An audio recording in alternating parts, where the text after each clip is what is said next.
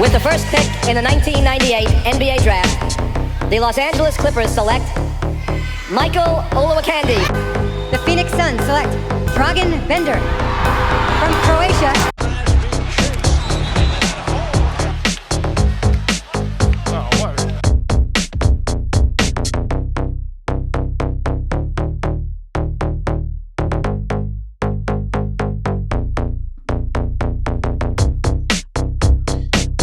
What's up, everybody? Welcome to Chasing Chips Podcast. It's Charles. Welcome, my boy Josh. He is very upset, people. He's very, very mad. He's very, very upset. The Suns are not doing what they're supposed to be doing. So I'm just let him, do his thing, vent a little bit. It's all right. It's all right. So I know that it's the start of the season, so I don't want to overreact, but I also think it's somewhat healthy to vent, right? It is. So I have this little segment I'm going to start off, and it's going to be kind of like Kobe's Dear Basketball, but it's going to be Dear Player. And I'm just going to go down the line, and we're going to keep it short and preface that this is an overreaction from a disgruntled Suns fan. And I understand, this happens. We went 8-8 last year, and we always kind of had this roller coaster of a season, and then we finish out strong. But I need to vent. So I'm going to go down the list. Go. All right. Dear Jay Crowder, please take a seat. Let Cam Johnson take your spot. Very frustrating watching you shoot threes. You're shooting like 17% from three this season. You're not a good three-point shooter. Please take a seat. Dear DeAndre Ayton, we should have paid you. You're playing great. Keep it up. Dear Devin Booker, I really wish you would work on your three-point shooting. You would be top 10 player in the NBA if you could establish a strong three-point percentage shot. Dear JaVale McGee, I feel like you're just a wash. Like you're a wash because every play that you do well, I'm like, oh, wow, that's great. Like, love JaVale McGee. But then the next play, you'd bobble the ball and just hand it over to the other team. It's very frustrating. So you're just a wash. I don't even understand you. Dear Shamit, where are you? Like, why aren't you playing? Like, what's going on? Shoot the ball. Like, I thought you were much better than you are. I try to tell you. Yeah. Dear Mikal Bridges, I need more off the ball plays for you. Put the ball on the floor. You're not just a 3-and-D player. Do more. I need you to play more. Dear Chris Paul, $30 million per year, Chris Paul. I need you to make more than 4 or 5 points a game. Yeah, what did you shoot yesterday? He made 1 of 10 yesterday. And then the game before, he made 4 points. Bro, I understand it's early in the season, but you're a vet. What's going on?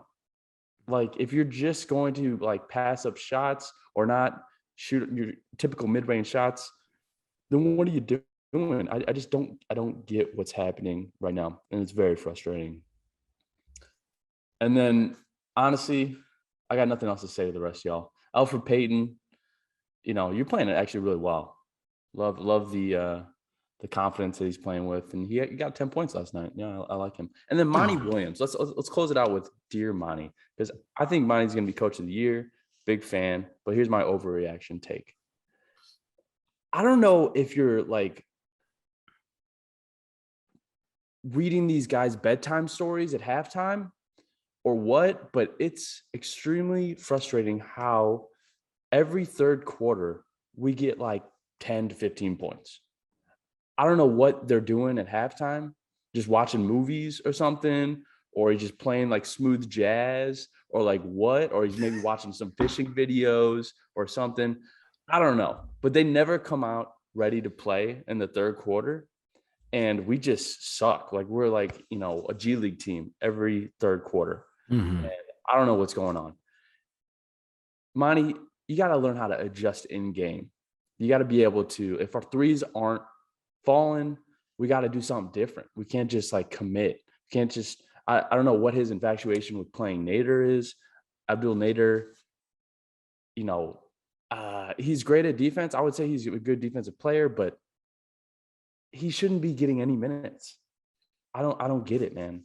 Like, adjust your in-game playing, and we just got to do better as a team, man. And all right, I'm over it. I'm good. We're gonna win the next couple games, and we're gonna be all right. Mm-hmm.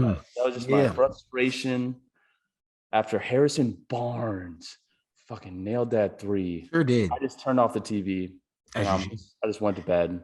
And then now I'm talking. Harrison Barnes is going crazy. Yeah, he is playing well. He's playing well. And honestly, I didn't want Buddy Hield to get that ball. And he didn't get the ball. And Harrison Barnes did. And it was a contested shot, and kudos to him for making it. But honestly, we played like dog shit the whole game. So we shouldn't have even gotten that close in the first place. So whatever. So for me, dear player is dear Paul George. I picture to be the MVP. People are wondering if you can carry the team. I believe you can. I need you to just be consistent. You know what I'm saying? Last night, over 8 for 3, 6 for 20 field goals. You know what I'm saying? Only 12 points. It's really bad. It's not good at all, especially against the Cavs, I guess. And it's something that is still a thing for the Clippers, is when they blow out a team the night before or 2 nights before, they come in next game, think they can just walk all over the team, especially if it's a team that's known for being bad, But the Cavs are different. I feel like if they're a team that can sneak up on you. Yeah, I don't think they sneak up on you. They're a good team. Sexton is good. Garland. Progressing. Yeah, I mean, he's good. He's gotten bigger. He's cool. I mean, yeah, he can hit some shots. But anywho, it's just, Paul, make sure you got to get the leader, get the team together. You know what I'm saying? Don't let them come into a game like that again, just thinking we just going to walk all over them, because that's what it looked like. Just like, oh, we playing the Cavs, so let's just come in. We ain't got to warm up. But you know what I'm saying? Like, you're in high school, you see that team that's on that's who we playing? It's whatever, man. I don't need to warm up for real. I'm about to smack this team. And then fourth quarter, you're like, oh, this is a game. Nah, sir. You can't get no rhythm then. It's too late. Yeah. Cavs have too many players that are young and looking to upset all the they dunking over MVPs, and now they beating good teams. So yeah. So what do you feel like needs to change with your team? What needs to change with the Suns as an overreacting? Yes, this is very overreaction. Overreaction. We just started the season, so it's not like we should be totally mad. Yeah, but we'll embody that persona, though. Well, that's my perspective right now. I want to overreact to vent. So, what needs to change? We need a elite power forward. I mean, I wouldn't say elite. We need a veteran power forward to replace Jay Crowder in the starting lineup, and then we'll move Cam Johnson to the 3. He's a natural 3, and Abdul Nader will no longer get any minutes, and Jay Crowder will come off the bench. We need someone like a Thaddeus Young. We need someone that plays better defense. Jay Crowder is a liability on defense. And so trade, Jerry. You want a trade? No. You just want to cut Jay Crowder? No. Jay Crowder's still on the team, but we'll trade. I think like Jalen Smith, and there's like plenty of assets. Hopefully that we can get together to get someone like a Thaddeus Young, someone that can actually play defense. And Jay Crowder cannot play defense, and his threes are so up and down that it really affects the rhythm of the team. So I just think that it's either Cam Johnson starts over Jay Crowder, or we get someone that can start over Jay Crowder, and Jay Crowder comes off the bench. And I know that maybe Suns fans that might be listening will say, hey, Josh, Jay Crowder notoriously, when he comes off the bench, plays even worse. I get that, but that's his problem. You got to figure it out, because we can't just continue to give minutes to this guy. I read it, yeah. Ups and downs of shooting threes. He's not a good career shooting 3-pointer. And we've like kind of labeled him as like our designated, you shoot the most threes on our team, and the guy like just 2-3 years ago was shooting like 31% from threes, so it's like, why is the designation for him right now just to chuck it up every time he gets the ball? The man is like falling back and decides to just shoot a contested three. I don't get it. Sometimes he makes them, cool, but most of the time he's been missing them. It's driving me insane. I just want to, hey, Jay Crowder, Josh don't like you. Okay, just point blank, he don't like you. He don't I like his burner boy look-alike. You don't. He Burner does Boy. not like you, huh? Yeah. No. Do you ever see that picture of him and Burner Boy sitting next to each other? That was funny. Yeah, because him and Burner Boy can like honestly switch. Burner Boy might be better at 3-point shooting than Jay Crowder. But I will say, it's not that I hate Jay Crowder, because I do love like his kind of off the court. No, like, all the players love him. We're not. You're gonna try to show him love. You just kick him for like 8 minutes. You're not gonna come back with some love at the end. Yeah, that's all right. I will leave You're it not at gonna that. like, Yeah, hey Jay man, Crowder, you're trash. You're trash. You know what? But you can make layups. Come on, bro. Nobody cares. Just stay. Yeah. I mean, Burner Boy can probably make layups too. Yeah, for sure. Unfortunately, both of our teams at the bottom of the Pacific Division, but we have not had the most embarrassing loss in the Pacific Division. That belongs to the Los Angeles Lakers, who losing to the greatest, probably the best G League team. Second to best G League team. Second best. Besides Ignite, maybe. Yeah. The Rockets too. The Rockets are pretty much exactly a G League team in the NBA. But for anywho, you shouldn't lose. You shouldn't be up by 26. They're up by 26 in the second quarter, and then they ended up losing. For them to lose, I know, but mind you that they didn't have LeBron. I know, but but I'm just saying, like, you can't. Westbrook is not going to lead this team to new heights. He is good, but with all that good comes those 10 turnovers. He got a quadruple double. He played well for 3 of those categories, but then the 10 turnovers, like, you can't. If you're leader of the team, you got 10 turnovers. Like, 20 points, 14 rebounds, 13 assists, 10 turnovers, 2 technicals. It's his 6th quadruple double of his career, the most by a player since the 3-point era. Next closest player has half of that, and that's James Harden. And we're gonna get to James. But Laker fans, I know you guys are feeling down. This is the lowest point you're gonna get. I don't think you get no lower than this. You know what I'm saying? I mean, unless you get down by 27 to the Rockets and they come back and beat you. Now that's the other lowest point you can get, because I believe those are the 2 worst teams in the league. OKC and the Rockets. But you can tell Westbrook was upset just from his whole kind of he got mad about. And then Darius Bazley, the man is averaging like 5 points a game, and he steals the ball at the end and he dunks it down. He's a young kid, let him dunk it. But I feel like Westbrook felt embarrassed, so he got pissed, and that's what got him the double. He should. He's the one that threw in the turnover. That was right. No, it was Rondo. Oh, Rondo threw it. Yeah. I'm just showing my. Yeah, but that was not included in one of the 10 turnovers that he got. Oh, jeez. I just assumed like he must have threw it or something like that. But anywho, I think it's going to continue to decline for Westbrook, unfortunately, because his elite playing is based off his athleticism. And when you get older, your athleticism inevitably declines. So if you can't establish like a jump shot, like Melo has been able to kind of like retain his value to a certain extent in the NBA and play longer because he's always been a good shooter. Mm-hmm. But Westbrook is not a good shooter, and he's never really been a good shooter. So what are you going to do whenever your like legs start to, give out a little, and you're no longer jumping out the ceiling, jumping out the roof, and throwing down all the time like he was when he was younger? So I don't know. I feel like he's going to have to work on his shooting game. Who? James? Westbrook. What? He's got to. I mean, in order to like retain his value as he gets older, he's got to. And I know that's a lot easier said than done. It's very easy. I don't think you can. I'm do sure all he's. That. It's kind of late in the game. I think it's one of those things you're gonna keep going Just cut bait on that. Yeah, just cut bait on that. He ain't gonna. Right. Nah, bro. You can't. Ain't no way his shot gonna get. Like, I can't even think of somebody who was like, oh man, he was a driver his whole career. Blake And then, Griffin. but who? Blake Griffin, prime example. Blake Griffin was notorious, like, just slam on people all the time. And then he established a good jump shot in But Detroit. he started establishing that. He started shooting more with the Clippers though. Like he didn't. I mean, like it's not like he was like.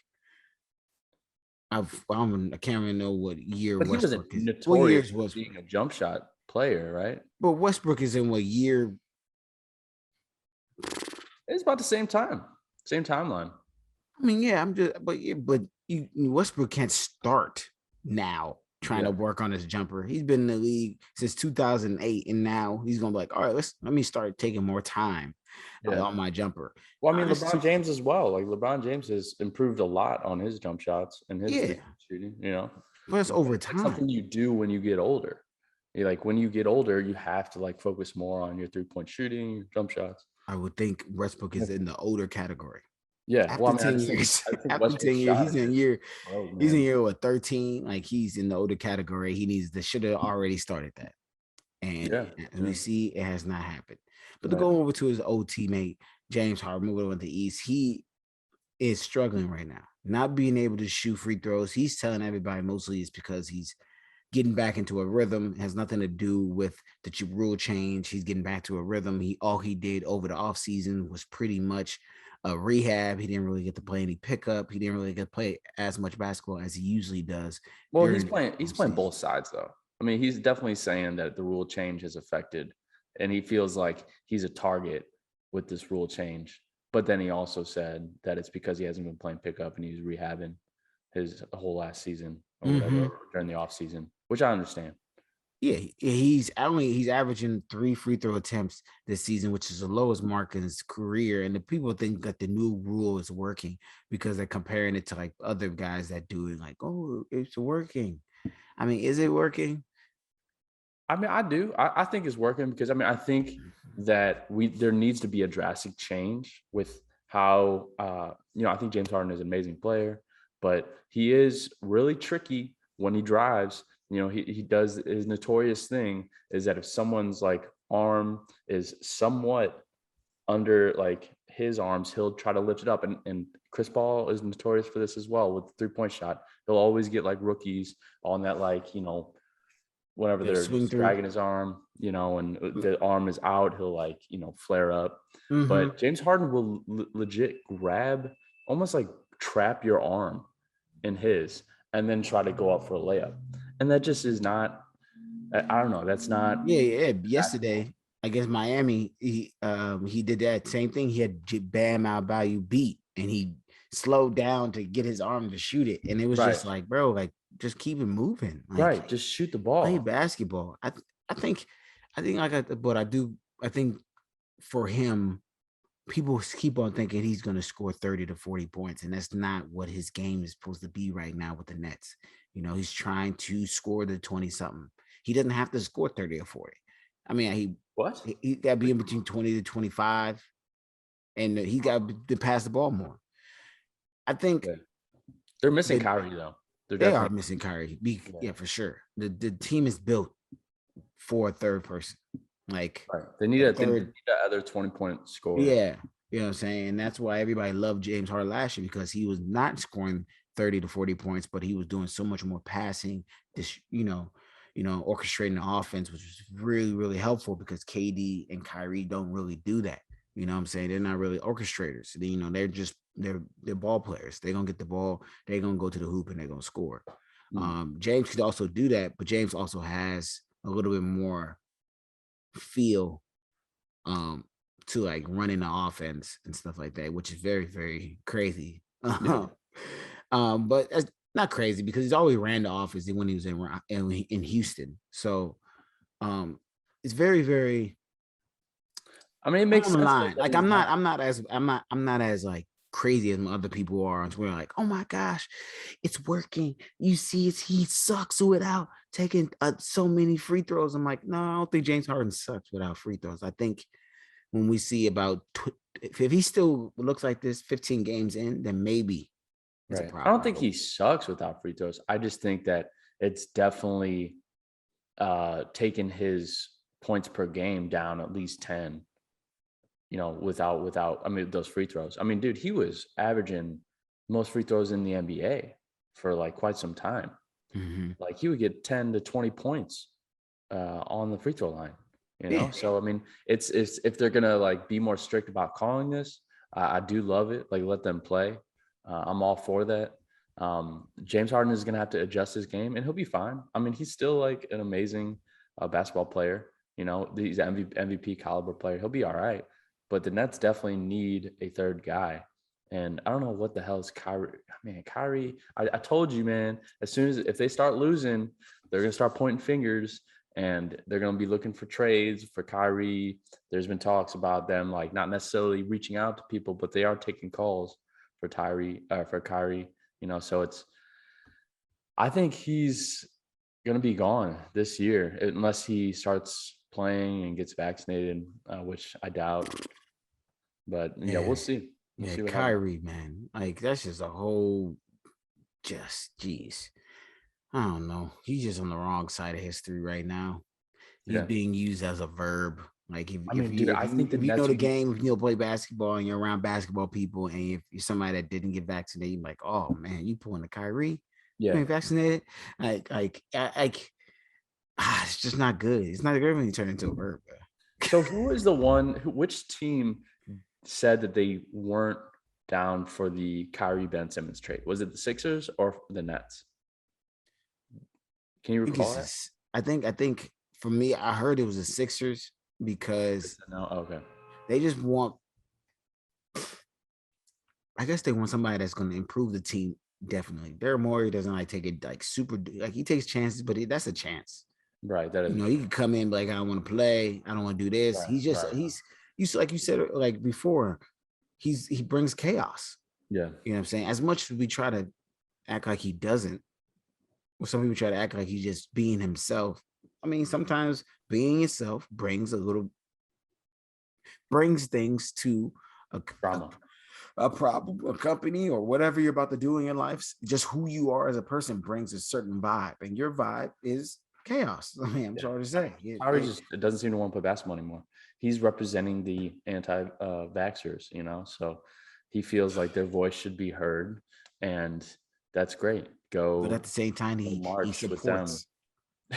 He supports the people that are getting vaccinated. He's just a confusing guy. It's just like, man, you have a valuable spot on this roster, and your team needs you.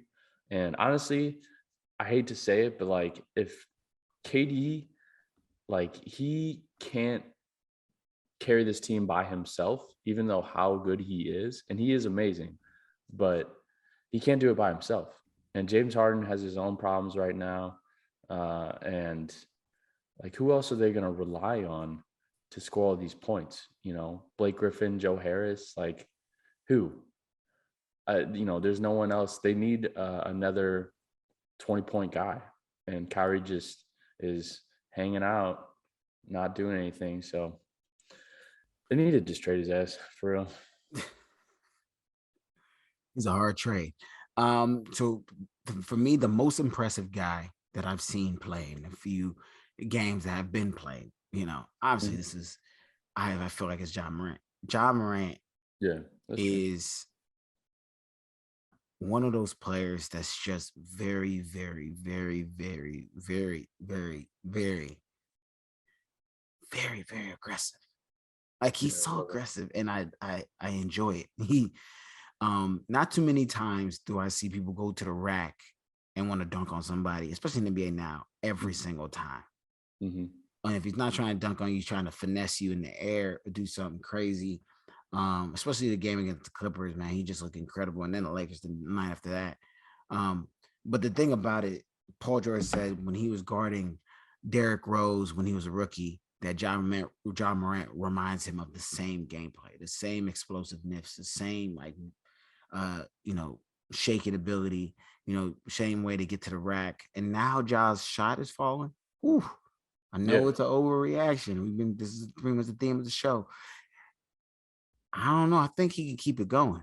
I believe he's he can balling. keep it going. I think he can because he's the guy. He's the guy on Memphis. It's not like he's splitting time with anybody. Like Well, everybody Jaren know Jackson, but I don't know. I don't know what's that's up not a with. different position. Like, you know what I'm saying? Jaren's gonna get his, but it's like, okay, Ja gonna go off. It's because and he playing D. The block. Yeah, Oh, he's pretty great. Love oh Ja, man. man. Murray State, shout out. I would say the player that I'm most impressed with this year, which took me by total surprise, is Miles Bridges. You know, that man is like averaging like 30 points a game right now. So last game, 31, game before that, 25, then 32, 30, and 13. Like he's been balling. And he's got a great shot. It looks like he's like shooting the ball well, which I never knew that he was such a good 3-point shooter. I thought he's always just a high flyer dunker, you know, but he's just been balling. And I would love to see him keep that up. Good for him, bro. Because this Hornets team is fun to watch. Oh man, the play-by-play is probably even better. Like there's few, I know it's very old to me. There's a few people that I like listen to the radio. Like I like listen to the broadcast and not even like listen to games. The Hornets games, I like listening to.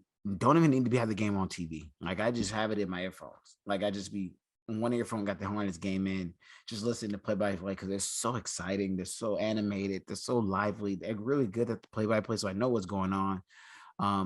It's just different. I tell always people to try it. Try listening to like just not watching the game. You know, I feel like you're a real like super duper fan if you can listen to games. Yeah, like, or just an old head maybe.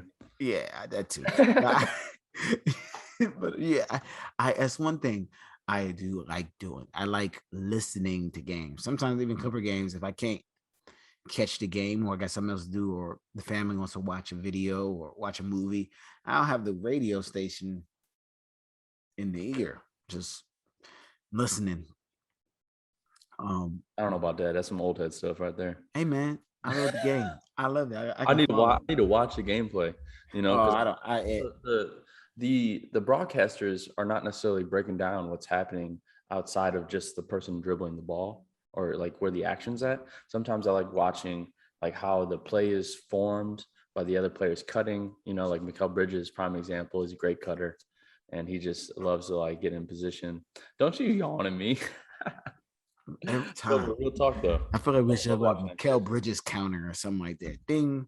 Every time you talk about Mikal Bridges, ding. Every time you just bring up Mikal Bridges, we could be talking about right now. He's my favorite Suns player. You can be talking about making food and everything. You know, Mikal Bridges makes Mikal Bridges, you know, he loves rice. You know, or Mikal Bridges, he loves spaghetti, man. You know, no, I do. I'm gonna get him Mikal Bridges by the end of the season for sure. Yeah. I just want to let you know LaVar Ball was right. I know you don't like LaVar. Wait, what do you mean I don't like LaVar? Yeah, don't you not like LaVar? Yeah, he's kind of annoying. Yeah, but he was right. Yeah, I mean he's right. Yeah, but what father isn't like pumping up their kids, you know? So it's not that he was right. I think Lonzo and LaMelo were right, and LaVar was just riding that train. I think they're great. How do you ride the train of your kids? You got to get them there. Yeah, who put them on the train? You know what I'm saying? I mean, who got them there? I give credit to LaVar Ball, but it just doesn't have to do it in such an annoying way. Oh man, yeah, you got to do it. I mean, when people dog you for so long, you got to be annoying. I feel like you keep the dog, like people dogged him for this confidence, dogged him for believing in all his sons will make it to the league. Obviously, that is yet to be true. We still got Joe still waiting. He's in the G League now. But he's gonna stay in the G League. Yeah. But it's like, man, that confidence, I always appreciated. I always knew. I mean, he knew how, and also I believe he's a businessman that knew how to play the game. To keep coming with that information. You know, I was in a spot. He a businessman though? I mean, Big Baller Brand sold. It does well. I mean, when it first came out, I saw the t-shirts everywhere out here. You know what I'm saying? People had the shoes too. Yes, their shoes failed. You know, is failing in a business after a while. I don't think he's failed. He's still putting out shoes now, and they're still pretty much selling. Now, are they those clown shoes you talking about? Yeah, somebody's buying them. Who's buying those? I don't know, not me. But somebody, I don't know who's buying them shoes. If you bought those shoes, shame on you. Those are like $600. Those are That like is clown true. shoes, like Ronald That is McDonald shoes. look at I don't think I just love how the brothers are doing well. Yeah. Both top of the East. The Bulls are gonna see finally some competition the next few games, with the Nets. They got to see the 76ers twice. I think they play y'all too. So the Bulls are good, 4-0, but they play the Knicks. Let's reset that. They play the Knicks, the Celtics, the Jazz, and then the Sixers back to back, and then the Nets. And so we don't really see if they. That's gonna be tough. Yeah, so we're gonna see if they can keep up. I mean, if they get out of that and they're still like only 1 or 2 losses, I still think that's a legit team. If they got 1 loss, really good team. 0 losses after all that, people need to watch out. You know what I'm saying? Because it's not just that it's early in the season, is that those are back to back to back to back tests. Like it's not like, they play the 76ers and they're like OKC and then like the Nets and then the Rockets. Like it's not like that. It's boom, boom, boom. They gotta be on for the next few games. Yeah, my whole thing with LaMelo Ball, there's a couple games in there that he's not playing more than 30 minutes. There's only been 1 game this season where he's played over 30 minutes. And sometimes like last game he played 24 minutes. I understand that he might have not been shooting very well, but I don't think Ish Smith should ever be closing out the game. No offense to Ish Smith, but like LaMelo Ball is clearly your star. So that man needs to play. There's no reason for him to be playing 24 minutes a game. Like, so if I were to say anything to Hornets coach, play your boy, play your star, like let him develop. I don't get it. Because LaMelo Ball is amazing, man. He'll be top 5 point guard in the league. No problem. I feel like the start of the season is very weird. A lot of teams that people didn't think are going to be good are good. A lot of teams that are people that was going to be really good are not good. And this is what we really see at the beginning of a season. Like it's time. And as much as we have been overreacting this entire time for y'all, we understand the game and we understand that the tides will change in the next 5 games. You'll start to see teams finally wake up, finally be like, okay, do some adjustments. We got to make some adjustments. This is not us. We need to start playing better. Or we're going to see some teams that just really, really start sucking. Because when I see, if you're 1-8 or 1-10 or 2-10 or 2-9, it's a wrap, man.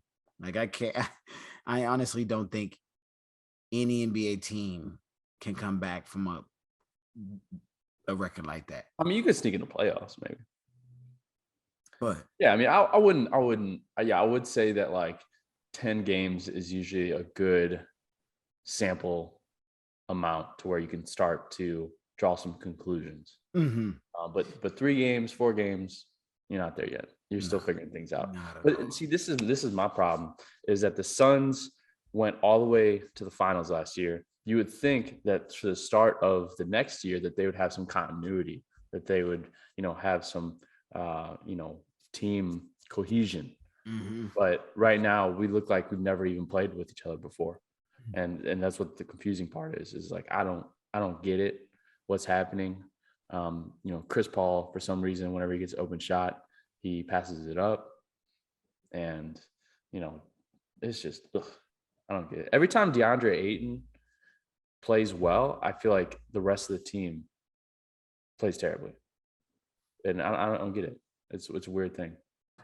I'd say with this, the Robert Sarver allegations, I don't understand. Yeah. The news story hasn't dropped yet. So I don't know what's going on. I thought it was supposed to drop on Tuesday from ESPN.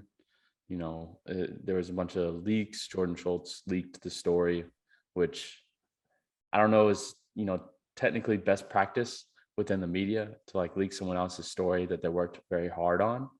But Jordan Schultz, clickbait Jordan Schultz decided to, post something about that last week. And I don't know if that's what has delayed ESPN reporting this, but I'm very eager to see what's going on with these allegations, to see Right. if they're actually legitimate, because our owner being forced out is kind of a big deal for our franchise. So, Yes. I mean, I would, like I said in the last episode, wouldn't mind if Robert Sarver got pushed out. He's cheap as hell, and I think most Suns fans don't like Robert Sarver. So I'd be fine with him leaving. But I just want to see what's going on. Like, let me see under the hood. Well, I hope you guys get some closure. I hope the story comes out about your owner and it kind of just has the dust settle, and just you guys figure out exactly what you're gonna do next. So hopefully that happens for y'all. It's just lingering, man. I just lingering.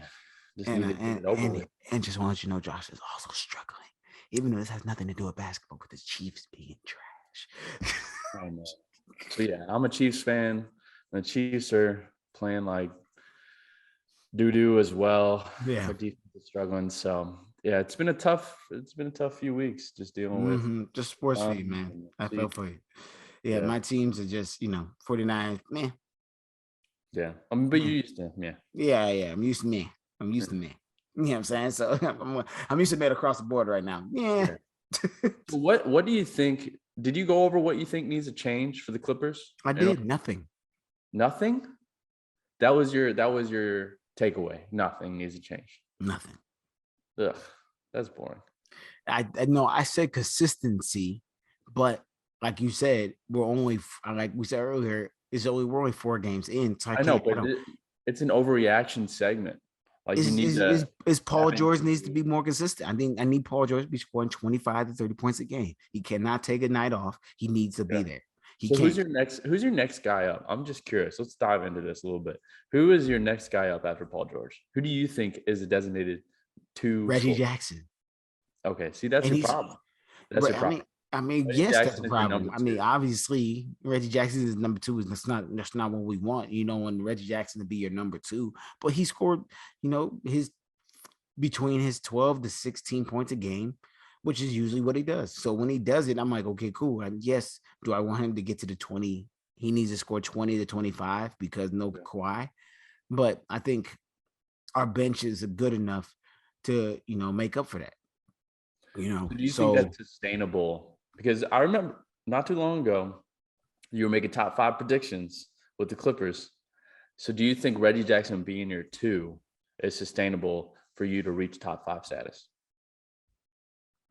I do. Don't look in my eyes. Look at me. And he has 16 points yesterday. Like I said, he's going to score 16. If you score 16, Batum gave us 16, and Paul George gives us his 25 to 30 points, we win this game. We beat the Cavs. You know what I'm saying? I just need 2 guys to score 16 to 20 points a game, and Paul George do his thing 25 to 30. Because the thing about the Clippers, we're a good defensive team. No one's going to come in the building and score 130 points on us. You know what I'm saying? We have the games where we put Warriors where, yes, Steph Curry may go off, you know what I'm saying? But no team is going to come in the building and I'll put up 120 points on us.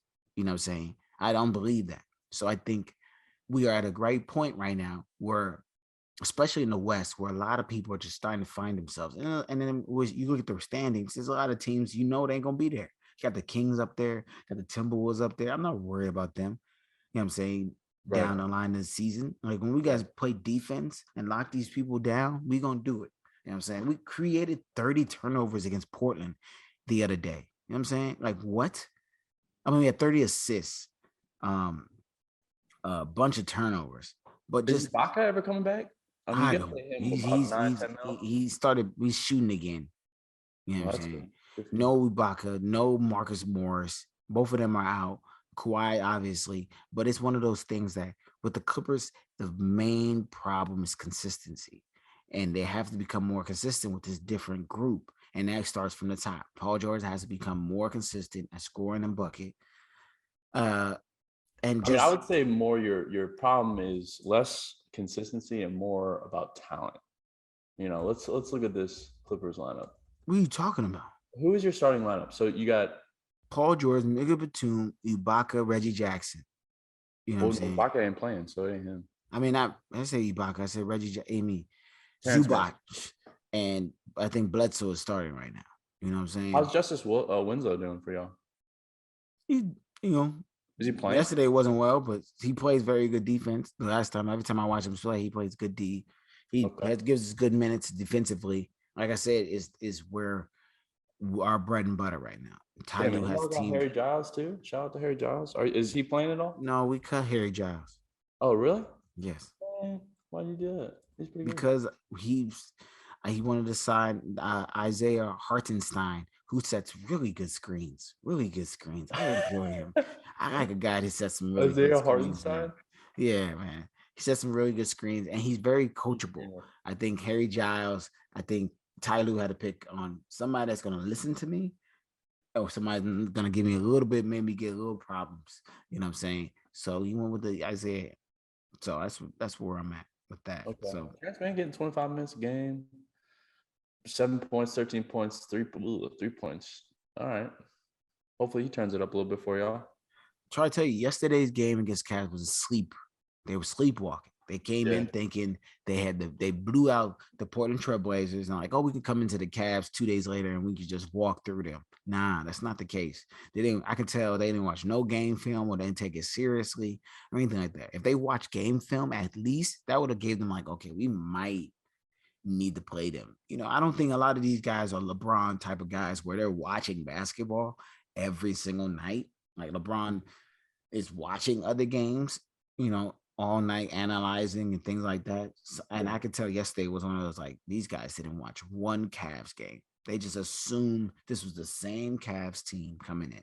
You know what I'm saying? Yeah. They got up. They're ready to go for Porter. You know what I'm saying? But they were not ready to go versus the Cavs. And we've 1-2 at home, lost to the Grizzlies, now lost in the Cavs. We can't, for me, also, you can't be losing games at home. Like, you got to win the games at home, especially against these teams, you know? So I think someone said earlier, I think it might have been Woj or someone said that, like, teams, how good a team is based off their away win percentage, like how well they play, you know, for away games, you know? Mm-hmm. So it's like, I feel like that is a pretty good barometer on like establishing like who's good and who's not, you know? Yeah, because you know that you know they can go to your spot and win. You know, you expect every team to win at home. You expect to be good at home. That's something you should do. Everybody should be better in their own environment. If you can go on the road and get W's, that really sets you apart from everybody else. And that's something we learn usually down the line. That's why we say 10 games, because everybody in those 10 games usually has like a nice 3-game road trip somewhere in there, you know, you know, so it's like, can you win on the road? Nah, I don't know. I really don't. We lost to the Warriors, but then we've been home. You know what I'm saying? We've been home. Memphis, like I said, we've been home 3 straight home games and we've lost 3 of them. So, I mean, we lost 2 of them. So it's like, yeah. Tell me, what's your take on Terrence Mann in the sense of like, he's shooting under 10 shots a game. You think you need to up those numbers? I mean, because against the Warriors in particular, he played 39 minutes and only shot 8 baskets, or only 8 field goals, you know? Yeah. So like, that's a big problem from my perspective. If you think that this is your up and coming player for the Clippers, why is he shooting under 10 shots? I think that's because he's the up and coming player. I think he's going to get his 10 shots, you know, and I think that's a good number for him. He's not number 3. He's not number 4. Who's number 3? I mean, usually to get those shots. He's like, the shots he's probably getting. We probably should shoot more now because there's no Marcus Morris. Yeah. Or I think just no Marcus Morris. But I believe those shots are going to Marcus, or Reggie's usually shooting his shots. You know, Paul George's going to get his shots. Nicholas Batum is going to get his too. I think it's just a lot of the ball can't get to him as much. He's not like the vocal point, like, hey, let's get Terrence Mann going. That's not that process. I don't think it's like, let's get Terrence Mann going. It's like, let's get Reggie going. Let's get Paul going. Let's get Marcus going, you know? And then like when he comes in the game, it's usually like, all right, let's try to get Luke Kennard going. or something like that. So I think Terrence is shooting 10 shots is perfect. I think that's good. I mean, when he's knocking them down, maybe, you know what I'm saying? But he's not really, he's an energy guy. He's great at rebounds, great at taking the ball to the basket. And he can knock down some shots. He showed that in the playoffs, but I'm not really looking for him to be more than what he's been doing now and gradually getting better. You know what I'm saying? I'm not gonna. I know you're trying to bait me into saying your favorite player's name.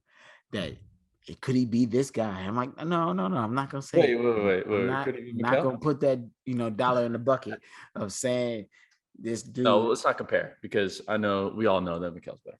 No. Yes, he is. I agree. But I'm just saying that, like, I think Terrence Mann is better than just your average 3-and-D player.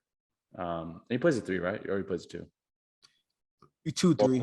Both. Depends. Yeah. But I think it is kind of a similar situation. I'm not comparing like talent-wise because they're in different, I guess, evolutions of their game right now. I think Mikal's a little older, but I do think that it's like the same issue that I have with the Suns and Mikal is that Mikal isn't getting the ball enough to where I think Terrence Mann should be getting the ball more because I think he's better than just a common 3-and-D player. I mean, he is very capable of, you've seen it. He can get to 30-point games. I'm not saying that he needs to produce 30 points every game, but I'm saying like while Kawhi is hurt, this is a perfect opportunity for you guys to see what Terrence Mann can do. And like, I know Reggie Jackson's your number 2, but maybe Terrence Mann needs to be y'all number 3. Give him the ball. It's just hard for me I'm sorry. It's just hard for me to, have that because it's hard to see this team without everybody. Like, not having Kawhi, we knew that was happening. But like, and we knew we won't have Ibaka for the beginning of the season, but like, I didn't think Marcus would be out. Marcus out is big. I mean, him and Batum last year were just one of the best 3-point shooters in the league, percentage wise, and having them on opposite corners was very deadly, especially if it's a guy like Paul George who likes to drive and kick, especially to that corner, because he gets very deep into the paint and he like looks to the corners, and those guys are usually sitting there, So to look at one corner, see Nicholas Batum, and look at the other corner, you got Bledsoe or I told you. Or Reggie, and Reggie's a better, kind of perimeter type of shooter. He's around the arc 3-point shooter. That's his favorite 3-point shots around the arc. It's not really in the corner, so he's not really sitting there. If he does get a corner 3, pump fakes and goes to the rack. So I understand that throws a little Poitras off more, and he feels he has to shoot more threes that are usually out of rhythm, like yesterday. So look here. I would love, as much as I sound like I overreacted, and I am, I honestly believe we're going to write the course. We're going to do a very good job and figure out our next moves and get this going. Because like I said, we got the Trailblazers again. We got the Thunder. We got the Timberwolves twice. Then we got the Hornets, and then the Trailblazers again, and then the Heat. So we really don't play nobody for real until the November. Timberwolves are playing all right, I think. Yes, but yes, they're playing fine, but I'm not. I think it's gonna be easy. Huh? I think it's gonna be easy. I think this is a wake-up call. I think the Cavs game was a wake-up call. I think these are a lot of games that are wake-up. I think like you guys, I think the Suns-Kings game was a wake-up call for the Suns. The Lakers game, losing to OKC was a wake-up call for them. If they, you know what I'm saying, this is how we react. We're going to play the Blazers on Friday in Portland. You know what I'm saying? How are we going to react? If we win that game, I'm like, all right, we're good. All right, we're straight. If we get blown out, then I'm like, oh, we're starting to look really bad now. You know what I'm saying? Yeah. But it's one of those things that it's how you bounce back, especially against bad losses. And that's how I really define the teams. How you bounce back. Do you bounce back with another L? Do you bounce back with just looking like you're not really trying anymore? Right. And that's why I'm a little concerned with the Suns, just because like we got blown out by the Trailblazers, and then we had like 3 days to rest, and then we lose to the Sac. We didn't play any better, shot like 5% from three. Mhm. But I mean, we do have kind of I'd say it's fairly easy schedule coming up. I mean, we play the Cavs, we play the Pelicans, the Rockets, then the Hawks might be tough, but then the Kings and Trailblazers. So I mean, nothing like stands out from that too much. Hopefully, we're able to get majority wins throughout the next six games, but we'll see how it goes. Oh, for sure. Yep. But yes, that is my take on the Clippers. That is my take. We will be coming back. What, Sunday? Sunday? You want to do Sunday? Yeah. I'll be in LA, so we'll do it side by side. Oh yeah, side by side. I Yeah. don't know where we gonna do it at. I have to find like a nice place or something. Yeah. You know what I'm saying? Figure it Nice out. like scenery, not just do it some Not in the random. garage. Huh? Not in the garage. Not in the garage. I need to fix. You know what I'm saying? Now I don't need to fix nothing. I really just want to put some Clipper stuff around behind me and stuff like that. Yeah. But yeah. Well, you need to put Kawhi's record on there, the one that he produced. If you're gonna put all these records behind you, it's like Kawhi making a rap album, right? So you gotta. He executive produced. I'm coming with y'all. I'm gonna let y'all know how that was. You know what I'm saying? I haven't. When's that out? Do you know when that's out? It's out already. Oh, I've listened to really? a few. I haven't really got a chance to go to deep dive into it. I gotta give it a second listen. So Yeah. let me give it one more, and then I'll give everybody a take on if it is a good listen, if he did a good job, or even what he did. What did he do exactly? Right. Wait, is he rapping on it, or is he just? No, producing? he's just executive producer, which Oh, okay. means he paid the artist to be on the album. He picked the artist to be on the album. Pretty much, it was a money man. Any big names on there? Yes, there are some big names on there. Let me find that real quick. Like Chingy or Chingy. Yeah, Jaquan maybe.